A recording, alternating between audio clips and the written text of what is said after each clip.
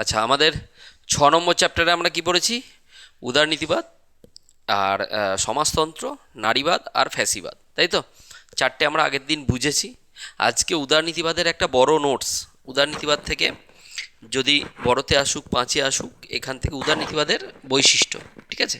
উদারনীতিবাদ কি দেখো, কি বলেছি? উদারনীতিবাদ আর মার্ক্সবাদ এই দুটোই হচ্ছে রাষ্ট্রবিজ্ঞানের পরস্পর দুটি দৃষ্টিভঙ্গি, যেটা গোটা বিশ্বকে কেন্দ্র করে আছে। গোটা বিশ্বে একদিকে উদারনীতিবাদ, প্রথমে আসে উদারনীতিবাদ।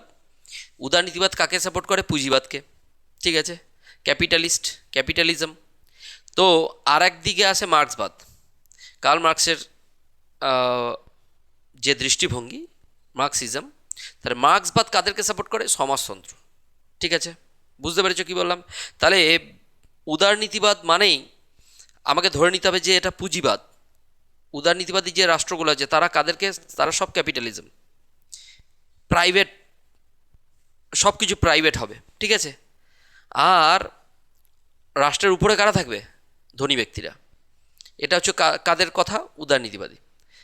অপোজিটে মার্ক্সবাদ এলো। মার্ক্সবাদ সর্বহারা শ্রেণীর একনায়কতন্ত্র চায়। কি চায়? সর্বহারা শ্রেণীর একনায়কতন্ত্র। তাহলে যারা সমাজের বলছে 100 জনের মধ্যে 90 জন কি? 90 জন গরিব। তাহলে 90 জন যদি সর্বহারা শ্রেণী, 90 জন যদি এক ইউনাইট হয়ে যায়, তাহলে গিয়ে কী হবে? তাহলে কি ওরাই রাষ্ট্রের উপরে থাকতে পারবে। বোঝাতে পারলাম? তাদের মধ্যে থেকে একজন প্রতিনিধি থাকবে। এটা হচ্ছে মার্ক্সবাদের থিওরি। তো মার্ক্সবাদ কী চায়? সর্বহারা শ্রেণীর একনায়কতন্ত্র, সমাজতন্ত্র। ক্লিয়ার হচ্ছে? তাহলে আজকে আমরা কি জানবো? উদারনীতিবাদ। উদারনীতিবাদে কি আবার? ব্যক্তির স্বাধীনতা বেশি। কি? ব্যক্তি স্বাধীনতা। রাষ্ট্রের ক্ষমতাকে কি করা হয়েছে? সংকোচন করা হয়েছে। রাষ্ট্রের ক্ষমতাকে সংকোচন মানে ব্যক্তিরা, জনগণ চাইলে রাষ্ট্রকে, মানে সরকারকে রাখবে, আর জনগণ যদি চায় সরকারকে আবার কি করতে পারবে? সরাতে পারবে, অপসারণ করতে পারবে। তার মানে রাষ্ট্রের ক্ষমতা বেশি থাকছে না, ব্যক্তির স্বাধীনতা এখানে বেশি। বোঝাতে পারছি? তাহলে অসুবিধা আছে? তাহলে দেখি উদারনীতিবাদ, লিবারালিজম জন লকের হাত ধরে এসছে।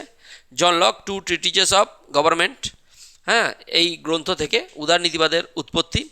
আচ্ছা, উৎপত্তি, লিবারালিজম কথাটি এসেছে ল্যাটিন শব্দ লাইবার থেকে, যার অর্থ হলো স্বাধীন। যার অর্থ কি? স্বাধীন। 1812 সালে স্প্যানিশ সংবিধানের প্রবক্তারা প্রথম এই নাম ব্যবহার করে। উদারনীতিবাদ বলতে সেই মতবাদকে বোঝায় যা ব্যক্তির স্বাধীন চিন্তা ও মত প্রকাশের, ভেরি ভেরি ইম্পর্ট্যান্ট, ব্যক্তির স্বাধীন চিন্তা ও মত প্রকাশের ওপর গুরুত্ব আরোপ করে এবং রাষ্ট্রের কার্যাবলীকে সীমিত করতে চায়। বারবার এই কথাটাই আসবে, রাষ্ট্রের কার্যাবলীকে কী করবে? সীমিত। রাষ্ট্রের ক্ষমতাকে কী করবে? সীমিত। আর তাহলে রাষ্ট্রের ক্ষমতা যদি সীমিত হয়, তাহলে ব্যক্তির কী হবে? স্বাধীনতা বাড়বে। আর যেখানে রাষ্ট্রের ক্ষমতা বেশি, আমি বারবার নর্থ কোরিয়ার কথা বলি, রাষ্ট্রের ক্ষমতা কি? বেশি। ওখানে কিংজমের এগেনস্টে কেউ কথা বলতে পারবে না। তাহলে ব্যক্তির স্বাধীনতা ওখানে আছে? নেই। তাহলে এটা বুঝতে হবে, উদারনীতিবাদে কি? ব্যক্তির স্বাধীনতা বেশি, রাষ্ট্রের ক্ষমতা কি হবে? কম। ঠিক আছে? তারপরে দেখো উদারনীতিবাদের জনককে। 1688 সালে গৌরবময় বিপ্লব হয়। কোথায়? ইংল্যান্ডে প্রথম। তার আগে কি ছিল? চারিদিকে রাজতন্ত্র। 1688 সালে ইংল্যান্ডে গৌরবময় বিপ্লব যখনই হলো, তখনই রাজতন্ত্র থেকে কিসে চলে এলো? গণতন্ত্রে শিফট হলো। রাষ্ট্রবিজ্ঞান এটাই জানার যে গণতন্ত্রে কিভাবে শিফট হলো। 1688 সালে প্রথম গৌরবময় বিপ্লব হয়। আর জন লক কোথাকার তাত্ত্বিক ছিলেন? ব্রিটিশ তাত্ত্বিক। ঠিক আছে? তাহলে জন লক এই প্রভাব, দেখো 1688 সালের গৌরবময় বিপ্লবের প্রভাব জন লক এই আধুনিক ও ধর্মনিরপেক্ষ রাষ্ট্রতত্ত্ব গড়ে তোলেন। তিনি হলেন গণতান্ত্রিক চিন্তাধারার অন্যতম রূপকার। তিনি হলেন গণতান্ত্রিক চিন্তাধারার অন্যতম রূপকার। ঠিক আছে? লকের উদারনৈতিক চিন্তার ভিত্তি নিহিত রয়েছে 1690 সালে প্রকাশিত তার বিখ্যাত গ্রন্থ two treatises of civil government নামক গ্রন্থে। একদম এটা মুখস্থ বারবার করানো হয়ে গেছে, তোমাদের আগেও এটা মুখস্থ আছে, ওয়েস্টার্ন পলিটিক্যাল থটেও পড়েছো, এগুলো লেখা কোনো ব্যাপার না। ঠিক আছে? এরপরে চলে এসো স্বৈরতন্ত্র বিরোধিতা ও ব্যক্তি স্বাধীনতা। তাহলে স্বৈরতন্ত্র দেখতেই পাচ্ছ, মানে একাই সব, এখনকার দিনে কিংজম। ঠিক আছে? আগে কি ছিল? লেনিন, তারপরে হিটলার, এরা যেরকম শাসন করতো। তাহলে উদারনীতিবাদ কিন্তু এর বিরুদ্ধে। উদারনীতিবাদ রাষ্ট্রীয় নিয়ন্ত্রণ মুক্ত পরিবেশ চায়। ঠিক আছে? অসুবিধা আছে? উদারনীতিবাদে কি? ব্যক্তি ফ্রি, ব্যক্তি পুরো স্বাধীন। বুঝতে পেরেছো কি বললাম? আচ্ছা, স্বৈরতন্ত্র বিরোধিতা, রাষ্ট্রীয় নিয়ন্ত্রণ বা কর্তৃত্ববাদ প্রবল হয়ে উঠলে ব্যক্তির স্বাধীনতা কী হয়? বিপন্ন হয়। রাষ্ট্র ব্যক্তির জীবনে হস্তক্ষেপ করবে না, রাষ্ট্র যত কম কাজ করবে ততই ব্যক্তির পক্ষে মঙ্গল। ঠিক আছে, 2 নম্বর পয়েন্ট কি লিখবে? ব্যক্তির স্বাধীনতা। উদারনীতিবাদ কি চায়? ব্যক্তির স্বাধীনতা। মেন পয়েন্ট, উদারনীতিবাদ ব্যক্তির স্বাধীনতার কথা সোচ্চারে প্রকাশ করে থাকে। ব্যক্তি তার ভালো মন্দ নিজেই ভালো বোঝে, তাই তার কাজে রাষ্ট্রীয় হস্তক্ষেপ সম্পূর্ণ অবাঞ্ছিত। তার রাষ্ট্রীয় হস্তক্ষেপ ব্যক্তি কখনোই চায় না। ঠিক আছে, অসুবিধা আছে, 2টো পয়েন্ট দেখা যাবে। এবার 3 নম্বর পয়েন্ট দেখো, গণতন্ত্র ও মনুষ্যত্বের মর্যাদা কি? উদার গণতন্ত্রকে সমর্থন কি করে? উদার গণতন্ত্র ব্যক্তি স্বাধীনতাকে সুরক্ষিত করার জন্যই উদার গণতান্ত্রিক রাষ্ট্র ব্যবস্থা একান্ত প্রয়োজন, যেখানে সবাই কি করবে? সবাই মানে প্রাপ্তবয়স্কের ভোটাধিকার, এই ভোটাধিকারটা সবাই পাবে। নর্থ কোরিয়ায় পাওয়া যায় ভোটাধিকার, 100% ভোটে জিতে গেছে কিংজম। তাহলে ওখানে যা বলবে তাই শুনতে হবে, ভোট আবার সবাইকে দিতে হবে। এখানে আমাদের এখানে অত পার্সেন্ট ভোট পড়ে না, এইবার 92-93% ভোট পড়েছে, সবাই অবাক হয়ে গেছে যে পড়ে গেল কীভাবে। নাহলে ওই 80% পড়তেই অবস্থা খারাপ হয়ে যায়। বুঝতে পেরেছো কী বললাম? তাহলে এত পার্সেন্টেজ ভোট কখনোই পড়ে না। নর্থ কোরিয়ায় বলছে 100%, তার মধ্যে 4জন হয়তো দেয়নি, জানা গেছে কেউ কোন 4জন দেয়নি, এরকম ব্যাপার। ঠিক আছে, তা উদার গণতন্ত্রকে সমর্থন, ব্যক্তি স্বাধীনতাকে সুরক্ষিত করার জন্য উদার গণতান্ত্রিক রাষ্ট্র ব্যবস্থা একান্তই প্রয়োজন। উদার গণতন্ত্র ব্যক্তিকে বাক ও মতামত প্রকাশের স্বাধীনতা সহ সকল প্রকার স্বাধীনতা দিয়ে থাকে। বাক ও মতামত প্রকাশের স্বাধীনতা দিয়ে থাকে, এছাড়াও সকল প্রকারের স্বাধীনতা। মনুষ্যত্বের মর্যাদা, 4 নম্বর পয়েন্ট কি? মনুষ্যত্বের মর্যাদা। মানুষকে যোগ্য মর্যাদা দেওয়াই এই মতবাদের লক্ষ্য। সকল প্রকার নিয়ন্ত্রণ থেকে মুক্ত করে মানুষকে স্বাধীন ও সুস্থ জীবনে অধিকারী করে তোলা হয়। সকল প্রকার নিয়ন্ত্রণ থেকে কি? মুক্ত একটা পরিবেশ, এটাই উদারনীতিবাদ। 4টে হয়ে গেল। অর্থনীতি ও জনকল্যাণ কি? অবাধ বাণিজ্য নীতি। কি?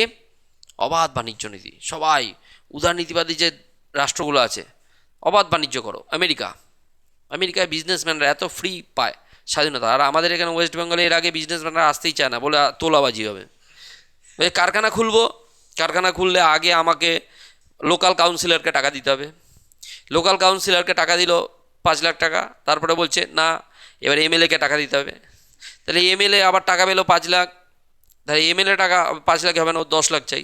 10 লাখ পরে এবার রাজ্যের মুখ্যমন্ত্রী বললো আমাকেও টাকা দিতে হবে, কেন ওয়েস্ট বেঙ্গলে আসছে। তাহলে এইবারে একটা বিজনেসম্যান কতজনকে টাকা দেবে? সম্ভব না। কিন্তু আমেরিকায় ওটা নয়, বিজনেস স্টার্ট আপ সব থেকে, এটা তো just for joke. Start up যারা করে, নতুন আইডিয়া, কলেজের ছেলেপিলেরা নতুন আইডিয়া আছে, তো নতুন আইডিয়া আসলে তাকে ফান্ডিং কারা করে? ওখানের ওইরকম সিস্টেম আছে, বড় বড় বিজনেসম্যানরাই ফান্ডিং করে দেয়। যদি তার বিজনেসটা 10 জন আছে, 10 জনের মধ্যে 9 জনার স্টার্ট আপটা এন্ড পজিশনে চলে যাবে, মানে কাজই করবে না।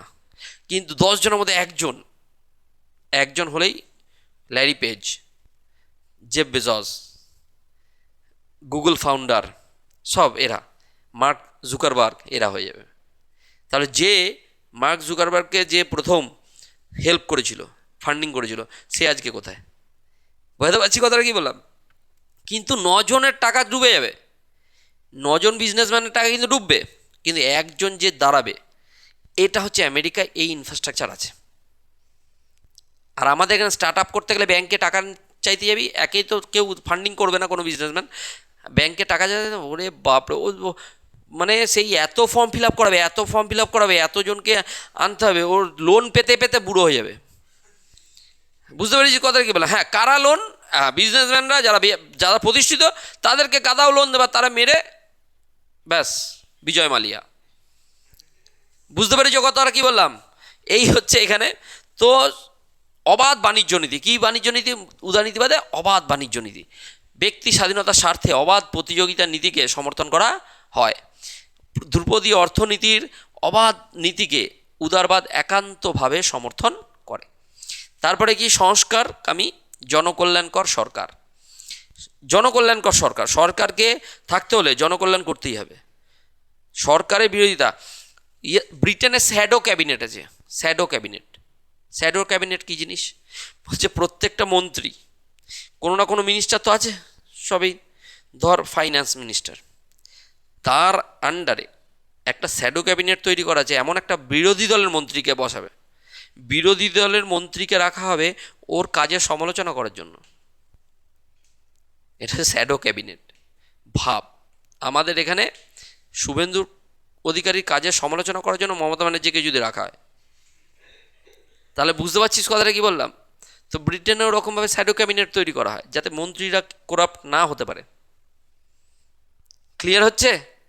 তো এই হচ্ছে সিস্টেম। তো উদারনীতিবাদ এটা পসিবল, সম্ভব হয়। সংস্কারকামী জনকল্যাণকর সরকার সুস্থ জীবনের অনুকূল পরিবেশ তৈরি করে। সরকার ব্যক্তির জীবন ও স্বাধীনতাকে সুনিশ্চিত করার জন্য নানাবিধ সংস্কার সাধন করে থাকে। অসুবিধা আছে? পারা যাবে? তাহলে বোঝা যাচ্ছে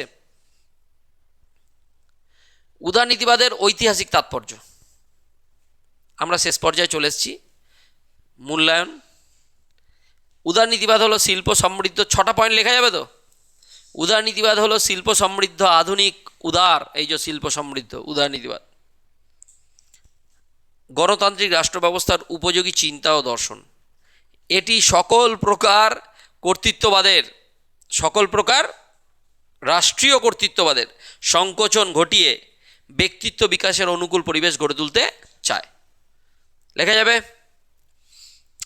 ব্যক্তির স্বাধীনতাই হলো উদারনীতিবাদের মূল মন্ত্র এবং এই মন্ত্রের মধ্যেই এর ঐতিহাসিক তাৎপর্য নিহিত রয়েছে। বুঝতে পেরেছ কথা বললাম? অসুবিধা আছে? উদারনীতিবাদ নিয়ে তাহলে প্রবলেম আছে? তাহলে পারা যাবে? এর মধ্যে যদি সমালোচনা দেওয়া হয় বা মূল্যায়ন দিতে বলে সমালোচনা, তো সেখানে দাঁড়িয়ে কি হবে যে চরম ব্যক্তি স্বাধীনতাটা এতটা দিয়ে দিচ্ছে যেখানে কি হবে, কাদের হাতে পাওয়ার থেকে যাবে? পুঁজিবাদীদের হাতে।